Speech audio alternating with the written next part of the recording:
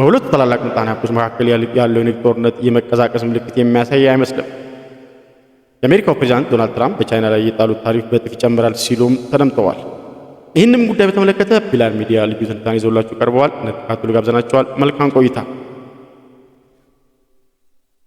ትራምፕ እንዳስፈራሩት በቻይና ላይ ታሪፍን እጥፍ የሚያደርጉት ከሆነ 104% ይሆናል ማለት ነው። ቻይና ዘመናዊ ተንቀሳቃሽ ስልኮችን፣ ኮምፒውተሮችና ቪዲዮ ጌም ጨምሮ በርካታ ምርቶችን ለአሜሪካ ትልካለች።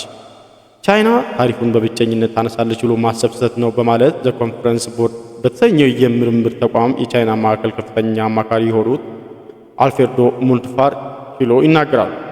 አክለውም ይህ ሁኔታ ቻይና ደካማ አድርጎ ከመሳል በተጨማሪ አሜሪካ መያዣ የሚሆንና የበለጠ እንድትጠይቅ የሚያስችል አቅምን ይሰጣታል ሲሉ ተደምጠዋል።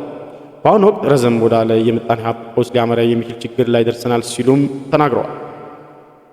ትራምፕ ከመቶ በላይ በሚሆኑ ሀገራት ላይ የጣሉትን ታሪፍ ተከትሎ የዓለም አክሲዮን ገበያ አሽቆልቁሏል። በተለይም የኤስያ አክሲዮን ገበያ በ10 ዓመታት ውስጥ ታይቶ በማይታወቅ ሁኔታ እጅግ ለከፋ ሁኔታ ተዳርጓል። ትራምፕ ባለፈው ሳምንት የጣሉትን ታሪፍ ተከትሎ ቻይና 34% ታሪፍ በመጣል አጸፋዋን መልሳለች። ትራምፕ ቻይና የጣለችውን ታሪፍ የማታነሳ ከሆነ 50% ተጨማሪ ታሪፍ በመጣል የበለጠ አጸፋዊ እርምጃ ወስዳለሁ ሲሉ ዝተዋል። በአሁኑ ወቅት የዓለም ንግድ ሁኔታና ገበያ አጠራጣሪ ሁኔታ ውስጥ ገብቷል። ትራምፕ የጣሉት ታሪፍ ረቡዕ ተግባራዊ መሆን ይጀምራል። ይህ ሁኔታ ምን ያህል አገራትን ለከፋ ጉዳት ያደርሳቸዋል የሚለውን ስናይ በቻይና ላይ የጣለው ታሪፍ ወደ 54% ከፍ የሚል ሲሆን ቬትናም 46% እንዲሁም ካምቦዲያ 49% ታሪፍ ይጠበቅባቸዋል። የምጣኔ ሀብቶች ባለሙያዎች ሁኔታውን እየሄዱበት ያለው ፍጥነት አስጨንቋቸዋል። መንግስታት ገበያቸው፣ ባለሀብቶችና ሌሎች ባለድርሻ አካላት ሁኔታዎችን ለማስተካከል ሆነ ለየት ያለ የዓለም አቀፍ ኢኮኖሚ ለማዘጋጀት ጊዜ አላገኙም። ቻይና ለመጀመሪያው ዙር የትራምፕ ታሪፍ በተወሰኑ የአሜሪካ ምርቶች ላይ አጸፋዊ ታሪፍ መጣል ምላሽ ሰጥታለች። በተጨማሪ ብርቅዬ የብረት ማዕድናት ላይ የውጭ ንግድ ቁጥጥር እንዲሁም ጉግልን ጨምሮ በአሜሪካ ተቋማት ላይ ገበያውን በበላይነት የመቆጣጠር ሁኔታ ላይ ምርመራ ከፍታለች። ከዚህ በተጨማሪም ጠንካራ ያሉ እርምጃዎችን እየወሰደች ትገኛለች። ቻይና የመጋቢያ ገንዘቧ ዩዋን እንዲዳከም ያደረገች ሲሆን ይህም የውጭ ንግድ የበለጠ ሳቢ ያደርገዋል። ከመንግስት ጋር ግንኙነት ያላቸውን ኢንተርፕራይዞች ገበያውን ለማረጋጋት በሚመስል መልኩ አክሲዮኖች እየገዙ ነው። ቻይና ለአሜሪካ ከፍተኛ ምርቶች በመላክ በቁንጮነት ትቀመጣለች።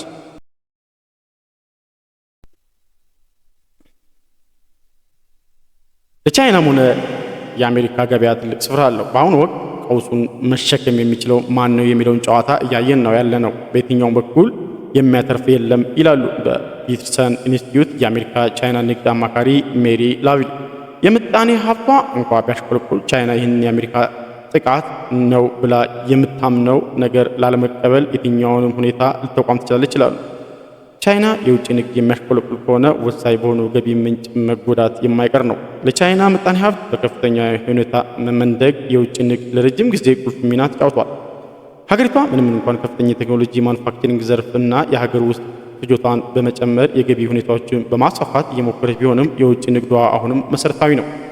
አሜሪካ በአውሮፓውያኑ 2024 ከቻይና ያስገባቸው ምርቶች $438 ቢሊዮን እንደሆነ ከአሜሪካ የንግድ ቢሮ የተገኘው መረጃ ያስረዳል። አሜሪካ ለቻይና ያደረገችው ውጭ ንግድ ደግሞ $143 ቢሊዮን ነው።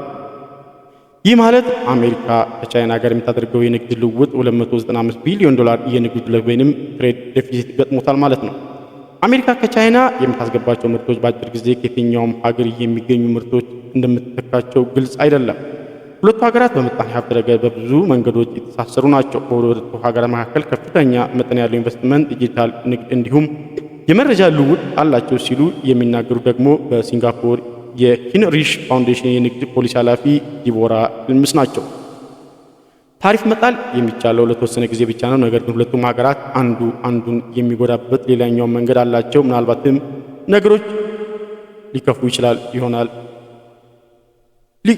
ሊከፉ የሚችሉበትን ብዙ መንገዶች አለ ሲሉ ያክላሉ። ቻይና ወደ አሜሪካ የምትልካቸው ምርቶቿን ወዴት ትልካለች የሚለውን ለማየት የተቀረው ዓለም እየጠበቀ ነው። ምናልባትም እንደ ደቡብ ምስራቅ እስያ ወዳሉ ገበያዎች ሊሄዱ የሚችሉ ይሆናሉ ሲሉ ዲቦራ ያስረዳሉ።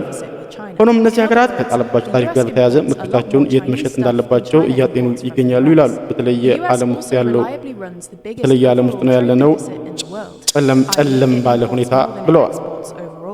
የሁለቱ ሀገራት የንግድ ጦርነት የት ያደርሳል የሚለውን ስናይ በትራምፕ የመጀመሪያ ስልጣን ዘመን በነበረው የሁለቱ ሀገራት የንግድ ጦርነቶች ድርድሮች ነበሩ።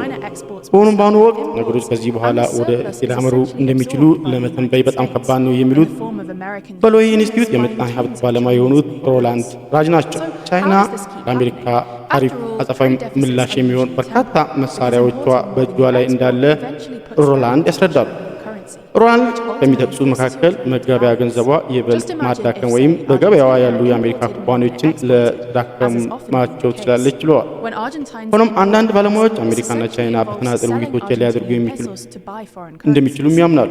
ትራምፕ ወደ ስልጣን ከተመለሱ በኋላ ፕሬዚዳንት ጂፒንግ ጋር አልተነጋገሩም። ቻይና በበኩሏ ለመነጋገር ፈቃደኛ መሆኗ ደጋግማ ገልጻለች። ሌሎች ግን ሁኔታዎች ላይ ብዙም ተስፋ የላቸውም። አሜሪካ አለኝ ብላ የምታስበው ጥንካሬ ከእውነታው በላይ ይመስላል ይላሉ ዲቦራ። ትራምፕ የአሜሪካ ገበያ በጣም አዋጪ በመሆኑ የቻይና ወይም የትኛውም ሀገር ውሎ አድሮ ይቀበላል ብለው የሚያምኑት ነገሮች ለእሳቸው አጠራጣሪ ነው። ይህ እንዴት ይቋጫል?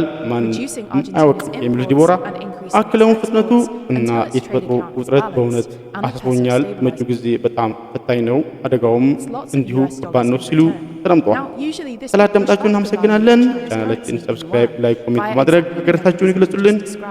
And ultimately balance China's trade account. But China likes having a devalued currency because it keeps its exports competitive. Devaluing your currency is way easier than overvaluing it.